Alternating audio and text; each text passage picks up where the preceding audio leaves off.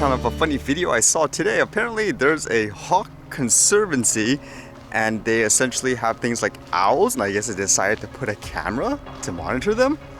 I guess the owls didn't take too kindly to it. It says when you try to get some hidden camera footage, but your burrowing owls immediately find your camera. So you can see in the video, they see it, they stalk it, and they knock it out afterwards. You see the guy pick it up. And then reading this today, it almost made me think that the mainstream is almost running out of ideas, so to speak, in terms of how to make things like a recreational drone and all that sound really dangerous. This one says, a very serious concern. Near collisions between drones and airplanes on the rise. 33 incidents in Ontario skies between January 1st and June 30th this year, Transport Canada says. The number of mid-air conflicts between drones and crewed aircraft rose in the first half of this year in most parts of Canada, with Ontario leading the way by far, according to new statistics obtained by the CBC News. And from their analysis, they said there were 33 incidents between drones and airplanes in Ontario's skies this year, and during the same period in 2018, there were 24 and 25 in the first 6 months of 2017. And what did they define as a quote incident? It says Transport Canada defines an incident as a conflict between a crewed aircraft and a drone that poses a risk to aviation safety. More drones are flying, so there's more probability that incidents could be reported to the department. And they use the examples like saying, in the late 2017, a passenger plane and a drone collided over Quebec's Jean Lesage Airport. That same one that they stopped investigating, if you guys remember. And this one's kind of interesting. It says, in November 2016, 2 flight attendants were injured when a Porter Airlines flight dove suddenly on its approach to Billy Bishop Toronto City Airport. And it says here, the crew observed a drone-type object on a collision course with the aircraft. The captain reported in a document obtained under a Freedom of Information request, the object described as solid, dark, about 5 to 8 feet in diameter, and shaped like a donut. Is it just me, or is he describing a UFO? And of course, there's a lot of drone operators saying how a lot of those reports, they're basically misleading or they're not accurate. It says basically several drone operators told CBC Toronto they questioned Transport Canada's numbers. The number of conflicts may not be accurate because airplane pilots often misidentify objects they come into contact with. And they say basically they're confident that the majority of the drone incidents reported actually involves drones. And basically they say for the problem, since there are more licensed operators, it says, however, he says an increasingly professional commercial drone operators are mitigating the potential for problems, saying, quote, those operators are now aviation professionals. So that's supposed to make the airspace safer, as they say. And what got me interested with this is how many times, even for myself, I say flying a drone is completely different than flying an airplane. And it seems like for some of the public, they kind of see it in the same way. Like with that quote, this guy here says, quote, those operations are now aviation professionals. And he's like, seriously? And while there are some people who say you should consider them, I guess, as a professional or a pilot, again, the guy just reaffirms here saying, agreed, but to call them aviation professionals is something different altogether. So it makes you wonder if flying things like a drone to capture video and all that should be categorized the same thing or not. I guess it kind of begs the question too, since all this registration and stuff came up so far, who actually thinks it stopped, like for example, people from flying near airports and all that, if they really wanted to do it? It just seems like for the most part, with how crazy like the tests are, so disorganized, irrelevant questions, the only people that are really doing it are those who really want to do it, so to speak. And it seems like everyone else is just like, okay, who cares? If I want to fly it, I want to fly it, so to speak.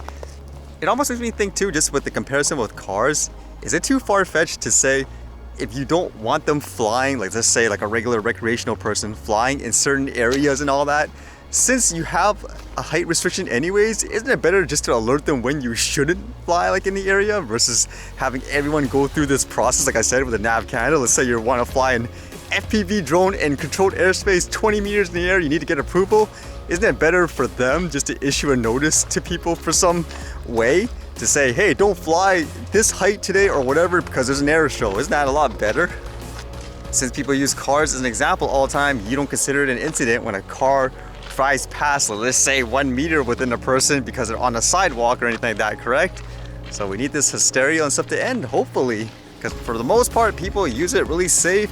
And as they say, people have been flying stuff like this for years and years without any major disasters or anything. And even most of the news I read is basically manned aircraft with the actual accidents.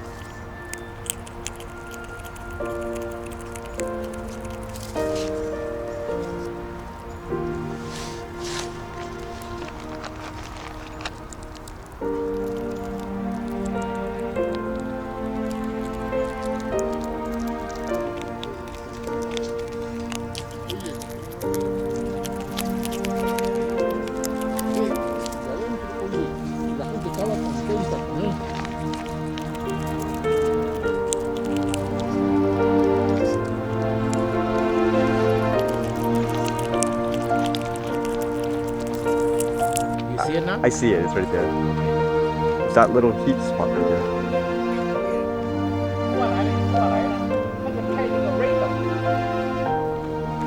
I see it. There you go. It's up there. Yeah. What's a baby owl? Oh, neat.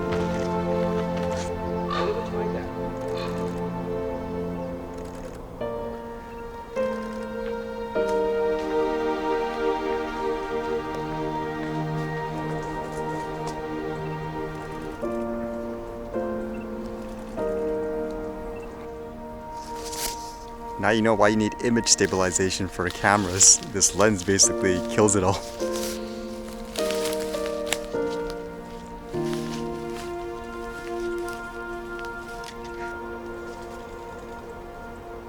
Where is it? I don't see it. Very good. So yesterday up. 进来啊！进来跑掉。我回来。